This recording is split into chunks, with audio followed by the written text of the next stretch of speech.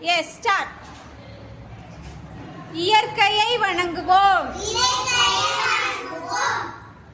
கதிரவன்.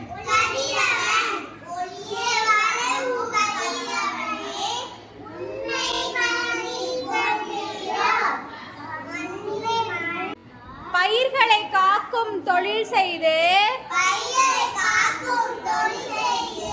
பசியினை போக்கும் பகலவன் நீ. மண்ணில் மழை துளி பொழிய செய்து மனித உயிர்களை காக்கின்றாய். காலையில் கிழக்கில் தோன்றுகிறாய், மாலையில் மேற்கில் மறைகின்றாய்.